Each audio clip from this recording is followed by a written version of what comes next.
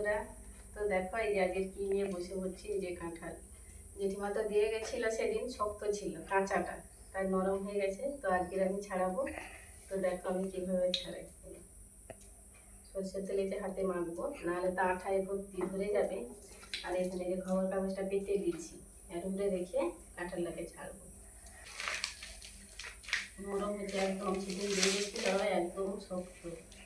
বলছিল তো খেজা কাঁঠাল বলে, তো দেখি কি কাঁঠাল বেরায়, খেজা কাঁঠাল না কি কাঁঠাল। দেখছো, এই যে আমি কাঁঠালটাকে ছাড়িয়েছি। খেজা কাঁঠাল বলছিল, কোথায় তার খেজা কাঁঠাল। এই যে তবে এই দানাগুলো শক্ত আছে, তো হচ্ছে ছোট ছোট আর কি। আর ছোট কাঁঠালটা তো বেশি কোয়াও বের হবে না। কাঁঠাল খাবে চলে আসো। আমার কাঁঠাল ছাড়ানো হয়ে গেছে। এই যে কতগুলো বের রয়েছে, এই ছোট ছোট কোয়া। বাবা, আমার হাতের অবস্থা দেখ। এই আঠা আপাতত তুলি, আজ এই পর্যন্ত। তো দেখা হবে পরের কোনো ভিডিওতে। টাটা।